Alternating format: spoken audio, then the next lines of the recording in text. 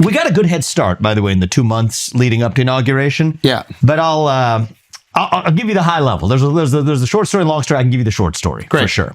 And the short story, both are accurate, but the short story I can give you. The short story is it evolved from a focus on where I was focused, legal, constitutional issues, legislative issues of, if you want to save a lot of money, you got to do it through legislation.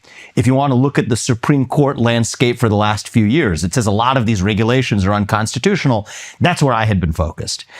And, the way it's gotten started, and you could see this publicly as well, is much more of a technology and digital technology focus. Okay, so just slow down for a second. Yeah. So you were going to use the Constitution to remove legislation. Well, to remove regulations. Sorry, regulations. Yeah. So you're going to use legislation to remove regulations. And I've written about this for the last year, right? So can you give an example of that? Yeah, I can give a good example of that. So, not to get too academic too quickly, but basically, Congress is supposed to pass the laws, and the executive branch is supposed to enforce the laws.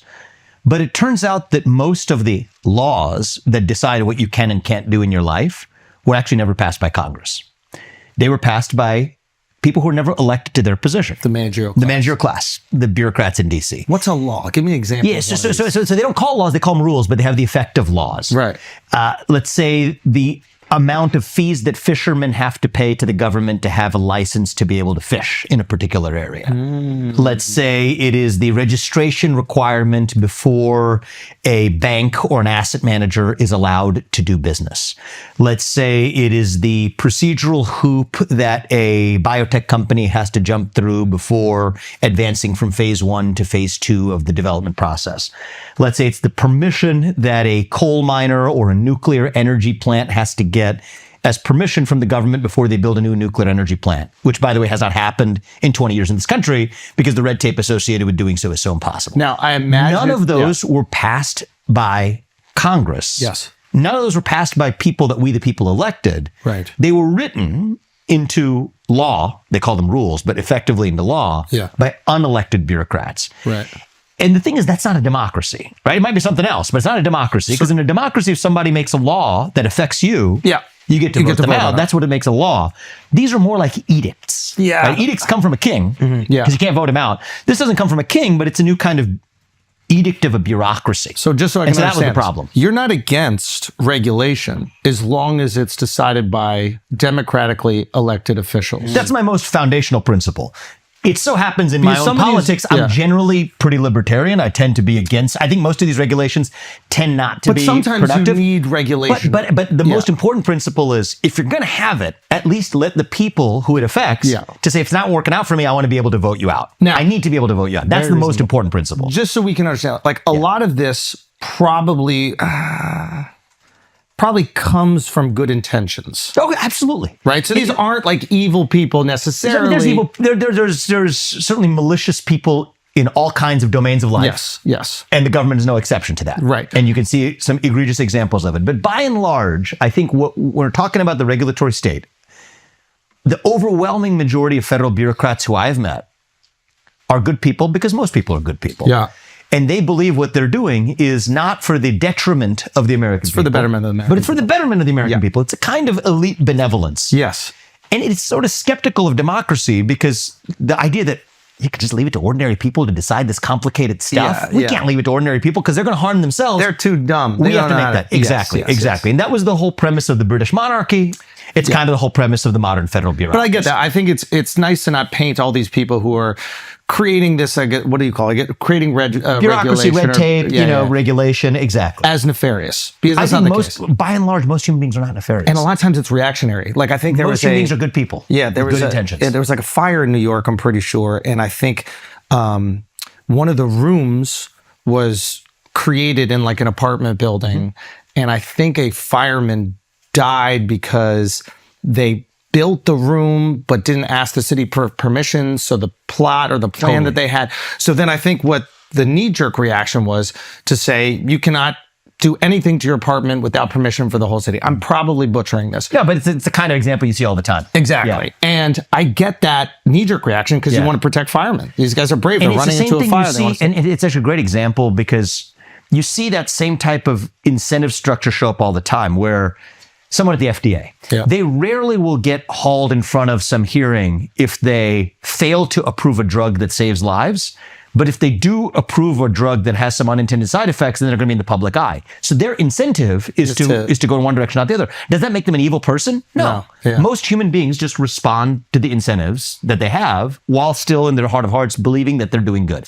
That's the way the federal bureaucracy this is your works, idea for but it's too DOGE, big. Yeah. right? Well, and we laid it out. So there was a Wall Street Journal op-ed that we co-authored soon after it was written, focused on this constitutional approach, where the Supreme Court in the last couple of years came out and said, actually, most of those rules are actually unconstitutional because they didn't go through Congress. That's a big freaking deal. Happened a couple of years ago. Yeah. So we got that toolkit. And then if you want to really tackle government spending, which is a separate prong, the budget's set in Congress. There's no way around that, right? The budget is set by Congress. If you want to cut trillions of dollars, you got to go to the core of that budgeting process. So that was where my focus and our focus was. I think if you look at, now it's taken off, and I think it could be great. It's very much a digital technology first approach. What does that mean? Well, I mean, I'll let you read the executive orders that came out last week. And like I said, we're not doing that. We got the guy right here. I know that's what, so I'll be, I'll leave it at what I'm able to say, which is, sort of what you can see publicly. Very technology focused approach. And that there's nobody better to take a technology focused centric approach than Elon. And by the way, we ended up having a pretty open discussion amongst all of us that if my focus is on the legal, constitutional, policy-making functions, that's where my passion has been. The right way for me to realize my own vision is through elected office. And But by the way, not the governor of Ohio or anything. all of those except that one position. Announcement will be coming of some kind in the next couple of weeks. Got it. But I will say that even some of the regulations you brought up, right? The fireman example. Yeah. Most of those regs aren't just federal regulations. In fact, most of them that affect people at everyday lives are also at the level of the state. Right. And, I think short of being a president, when you think about driving executive action to improve people's lives, I think a governor's seat is probably the single best way to actually do it. Correct me if I'm wrong. And so that's where I land. Correct me if I'm wrong. Wouldn't you and Elon coming in as DOGE, isn't that the same as unelected bureaucrats coming in to make a bunch of rules? So I think it's a super fair question. I've fielded that over the couple of months. The question is, it's one thing if you are undoing the actions of people who have actually affirmatively made rules versus making new rules of your own. So you're not going to make any rules. You're just taking away rules. I think. Well, I think if you're rolling back rules and actually cutting bureaucratic overgrowth, it's one thing to come in and say you're going to hire 1 million federal bureaucrats without any authorization from Congress to do it. It's another to say there are 4 million, many of whom were hired without that authorization. We need to scale that headcount back. It's another thing to say all these regulations showed up with Congress never authorizing them. It's another to say they're illicit unless they go through Congress, right? So that was the premise. It's a one-way ratchet. If there's been a federal government overgrowth and a lot of that was never authorized by the democratic process, then it's one thing to say, okay, then all of that, in order to comply with the Constitution, has to be rolled back. You can't make it without authorization. But how would you apply all of these new tech? You said Elon's trying to do like tech-driven rules. Yeah, so I'm gonna let. Wouldn't that be new rules? Well, so I shared with you my outlook was in what brought me to the project, and I'm super rooting for success and hopeful for success for what's going to come from a technology-driven approach. But that's we had a different philosophy and approach and emphasis. Talk that shit. No, it's talk that shit. Well, me and my wife had different philosophies about the dinner truth of the matter is, I think there's nobody better in the world to run a technology-focused approach to fixing the federal government than Elon. And if that's where the focus is, I'm rooting for their success. And similarly, when I'm thinking about my legal, constitutional, legislative focus in downsizing government, it's hard to argue the best way to do that isn't through actually being elected in my own right. I'm sorry. I'm having trouble understanding what the technology-driven approach would be. Can you? What does that mean? I mean, all I'll say is at that point, can you I'm not running example that. hypothetically or whatever? No, I would say because I truly don't know what that means. I hear you. I think we're probably reaching the outer bounds of what I'm able to talk about. But stay tuned. I'm rooting for success. It's not my. I mean, I gave you what my outlook is because I could speak for my outlook. Yeah. So before you guys started, I think there's an opportunity. Is there an opportunity to make things more efficient using digital technology? I believe there is, but that's a different. But before you guys started it, Did you have this conversation about what your outlooks were for this program? We co-wrote a Wall Street Journal op-ed that's out there that laid out a vision that's pretty consistent. And then with did something what I've laid out. change? Well, I think it's a, first of all. Did you see him saluting it's in a the new, office? I can't believe people lost their minds over that. It looks nothing like a. What a salute. People are gesture, guys. so crazy, aren't they? People are so dumb for seeing that and thinking it was something else. What fucking retards we got, right? Your words, man. Your words. I think that there was a evolution in any new project, right? Yeah. This is something like this has never been done. I'll give you one example, right? Yeah.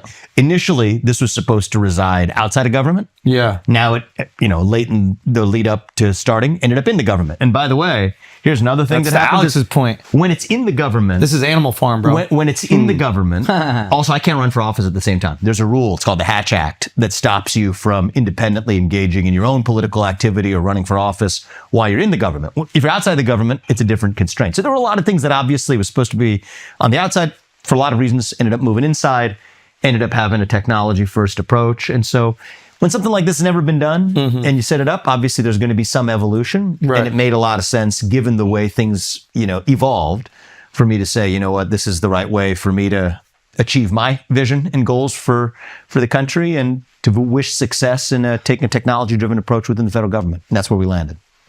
I think that seems like you guys had a, what is it called? Amicable breakup? Is that? We're super friendly on a personal level. Yeah. It's just sometimes a different It was a outlook mutual in the- decision, isn't Yeah, it? very much so. Okay, so you and him aren't beefing, but you just had Not on different a personal ideas level. for the Yeah, program. you got a bunch of people with I imagine these different opinionated visions too. Yeah. of how to achieve similar goals. Yeah. You find different ways to achieve those goals. Did you have a And so- combo where you're like, yo, I think we should actually go this direction?